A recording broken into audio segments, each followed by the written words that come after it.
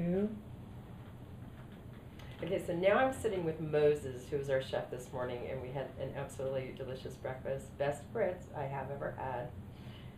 But now, okay, are you Moses with the last name, or are you Mr. Moses? Moses is my last name. Kevin is my first name. But everybody runs around calling you Moses. Yes, ma'am. That's great. But now, how long have you been here? 3 years. Working at the Myrtles for 3 years, and you have had, well, you're the caretaker, and you have had quite many experiences since I've been here.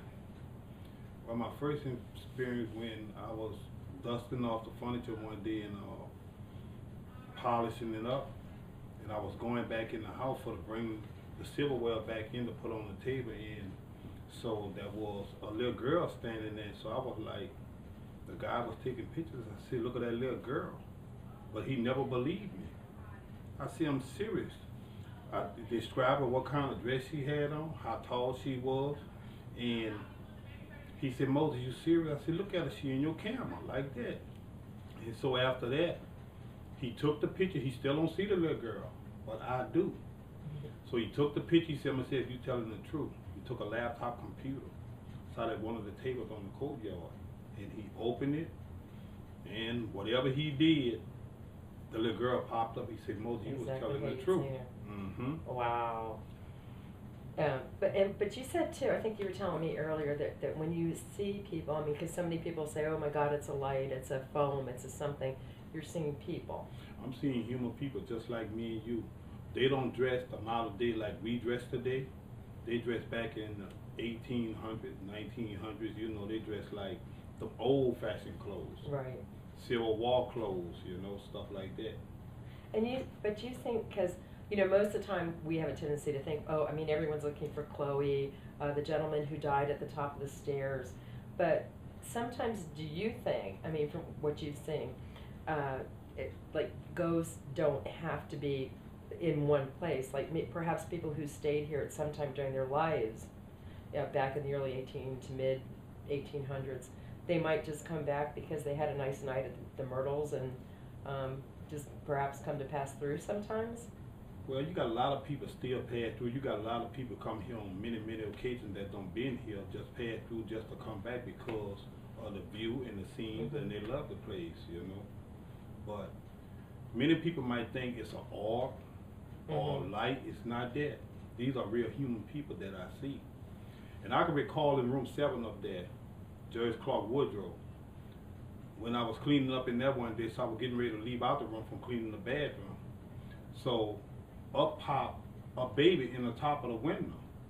So I'm like, I done like the movies. I had to see was this really real, you know? And so at the time, when I seen the baby, I shot the door to the room, going out.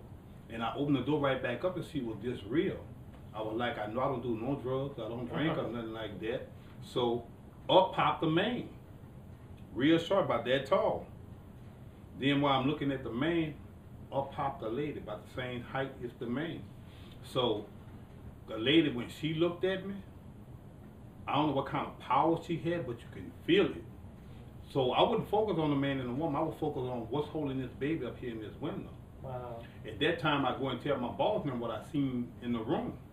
So he got a bunch of people taking pictures outside around Christmas time.